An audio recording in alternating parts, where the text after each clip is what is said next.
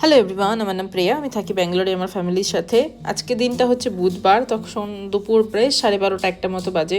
Breakfast করে আমরা বেরিয়ে গেছি বিশাল যাওয়ার উদ্দেশ্যে। বিশাল যাওয়ার কারণ হচ্ছে একটাই, আমাদের যে নিচে যে বেডটায় আমরা ঘুমাই সেটা ডাবল বেড ছিল, তো এক সময় ওটাকে অনেক খারাপ হয়ে যাওয়ার পরে ওটা সিঙ্গেল হয়ে গেছে। এখন অর্ধেকটা আমরা কেটে অন্য কাজে ইউজ করেছি। তো এখন মনে হচ্ছে তিনজন যখন নিচে একটু ঘুমাই বা মুভি দেখি তখন ভীষণ অসুবিধা হচ্ছে যে তিনজন একটাই ছোট সিঙ্গেল বেডে অ্যাকোমোডেট করা।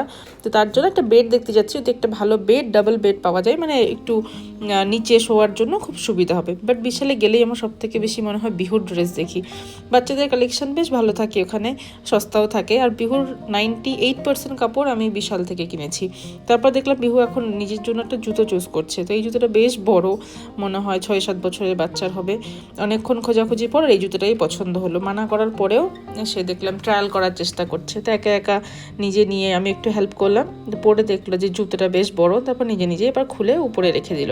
বিহু এই সমস্ত জায়গায় গেলে একটু নিজের মতো করে এখন ঘুরতে ভালোবাসে, মানে ওকে আমরা যদি বলি এখানে আসো না, ও ওর মতন করে ঘোরে। বিশালটার খুব পছন্দের জায়গা, ওখানে গেলে একদম নিজের মতন এনজয় করে।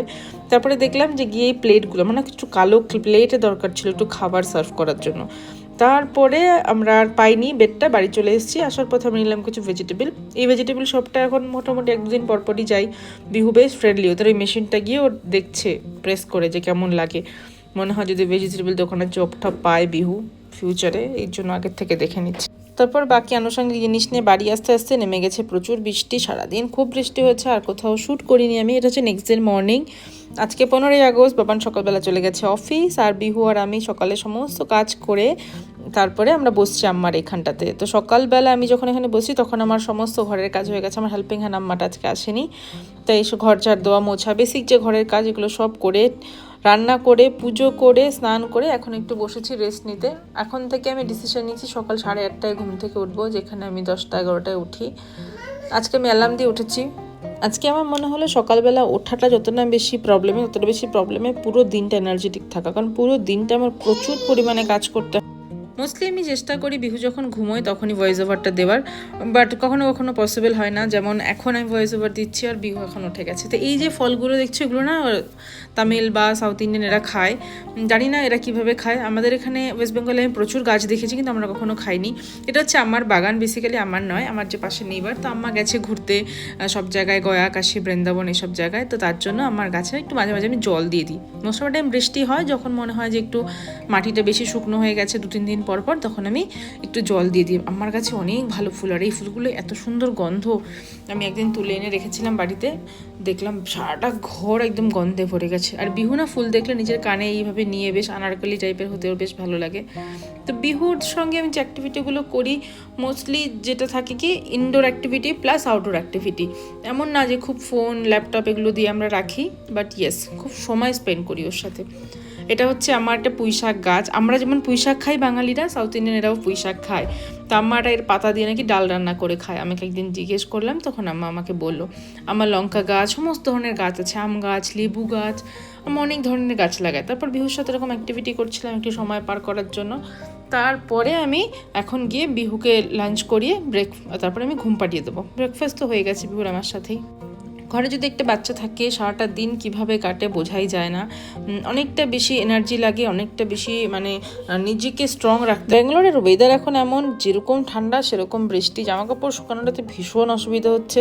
আর ঘরে যদি বাচ্চা থাকে সেটাও একটা বড় সমস্যার ব্যাপার, মানে জামাকাপড় শুকানোটা ভীষণ চাপের। বিহু না এখন কোলে বসতে চায় না, এই জিনিসটা আমি এখন নোটিস করছি। বিহু জাস্ট 2 বছর বয়স, ওকে আমি এই ব্যাপারটা জোর করে বসিয়েছি যে একটু বসো কোলে। তারপর বাড়িতে এসে, মানে বাড়িতে মানে ঘরে এসে এখন বসাবো আর দুপুরের রান্না। এই দুপুরের রান্নাটা বাবা না আমার জন্য হবে। প্রথমে বানিয়ে নেবো ভাত। আমি ওড়িশার খাবার পছন্দ করি, যেহেতু বাবান ওড়িশার। তো আমাদের বাড়িতে ওড়িয়া খানা বাঙালি খানা মিলিয়ে মিশিয়ে একটা খাবার রান্না হয়, না বাঙালি খানা পুরোপুরি না ওড়িয়া খানা পুরোপুরি। বিহু ওড়িশার ফুড ভীষণ পছন্দ করে, আমি ওড়িশার ফুড পছন্দ করি, বাট ইয়াস আমার নিজের যে ফুড, নিজের ভাত ডাল সবজি ওরাও এরকমই খায়, বা একটু ডিফারেন্ট ওয়েতে খায়। আমি ঘরে পনির বানাই, এই জন্য 2 প্যাকেট দুধ এনেছিলাম কালকে আর বানানো হয়নি, তাই এই দুটো আজকে বানাবো। বাইরের পনিরটা অত বেশি স্পঞ্জি, মানে সফট লাগে না, একটু স্পঞ্জি টাইপের লাগে, তার জন্য আমি ঘরেই বানিয়ে নিই পনির। 1 কিলো দুধ দিয়ে প্রায় 120 গ্রাম পনির হয়, আমি লাস্ট একবার মেজার করে দেখেছিলাম।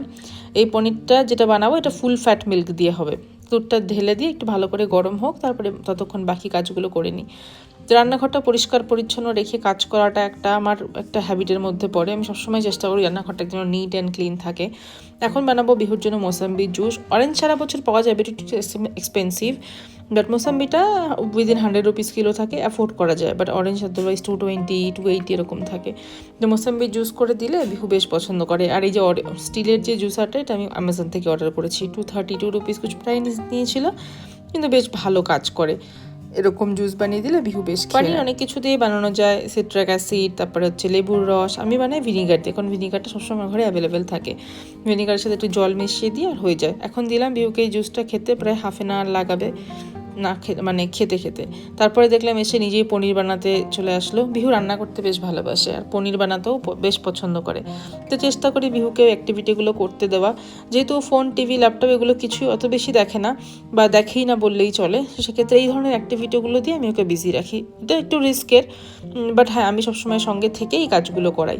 যেই একটু গেছি দুধের পাশ থেকে, ব্যাস সঙ্গে মানে আর 0.01 সেকেন্ড হলে দুধটা পড়ে যেত। আর আমি দুধ জাল দিলে দুধ পড়বে না, এটা impossible. Half cup of paneer, vinegar and তার সাথে জল মিশিয়ে এই পনিরটা আমি বানাবো। এটা দিয়ে ঢেলে রাখলে আর 10-15 মিনিট পরে নিজেই একদম রেডি হয়ে যায়, সেপারেট হয়ে একদম পারফেক্ট পনির হয়। If I talk about my motherhood journey, এটা বেশ ভালো ছিল। প্রেগনেন্সিটা আমি একটু কষ্ট পেয়েছি একা একা যেহেতু ম্যানেজ করেছি, কিন্তু প্রেগনেন্সি টাইমটা যত না বেশি টাফ, ডেলিভারি টাইম তার থেকে বেশি টাফ। এই কাজটা বেশ রিস্কের, শ্যুট করা, প্লাস আমার খুব ভয় লাগছিল এই যখন শ্যুটটা আমি করছিলাম। আর গরম, পুরো সমস্ত ব্যাপারটাই গরম। আগে আমি কাপড়ে করতাম, তারপরে এই ছাঁকনিটা কেনার পরে মনে হলো ছাঁকনিটা করলেই ভালো হয়। যারা টটলার মম তারাই জানে দিনে কতটা পরিমাণ বদমাইশি করে, আর এদের কীভাবে খাওয়াতে হয়, স্নান করাতে হয়, ঘুম পাড়াতে হয়। এই জিনিসটা খুব টাফ একটা মায়ের জন্য। সঙ্গে সঙ্গে ঘরের কাজ, রান্না, আর যারা ওয়ার্কিং মম হয় তাদের লাইফ তো আরও বেশি টাফ। আমার কাঁচা পনির খেতে বেশ ভালো লাগে, যখন পনির বানাই আমি নিজে থেকে ট্রাই করে দেখি, ব্যাপারটা বেশ মজা। আমরা বাঙালিরা ছানা খেয়ে থাকি, পনিরটা সেই একই ফর্ম, এটাকে পনির বলে। তারপরে বানাচ্ছিলাম কাঁকরোল আজকে দুপুরের জন্য। কাঁকরোল তো ব্যাঙ্গালোরে 180 রুপিস কিলো, কখনো কখনো 160 হয়, বাট এটা লাক্সারি খাওয়া। ওর বাবানের পছন্দ, তাই মাঝে মাঝে একটা দুটো করে নিয়ে আসি। আলু দিয়ে একটু ভাজা করে দিলে বেশ পছন্দ করে। এখন সব সবজিগুলো কেটে এগুলো রেখে দেবো নুন হলুদ মাখিয়ে, তারপরে বিহুকে ঘুম পাড়ানোর পরে রান্না করতে যাব। আর এই দেখো স্নান করে রেডি। চলো, ভিডিওটা কেমন লাগলে জানিও তোমরা, লাইক শেয়ার সাবস্ক্রাইব করে দিও। Thank you for watching this blog. Tata, bye bye. আর অনেক ভালোবাসা দিচ্ছ তোমরা, তার জন্য অনেক ধন্যবাদ। চেষ্টা করবো আগে আরও ভালো ভিডিও পোস্ট করার। Thank you.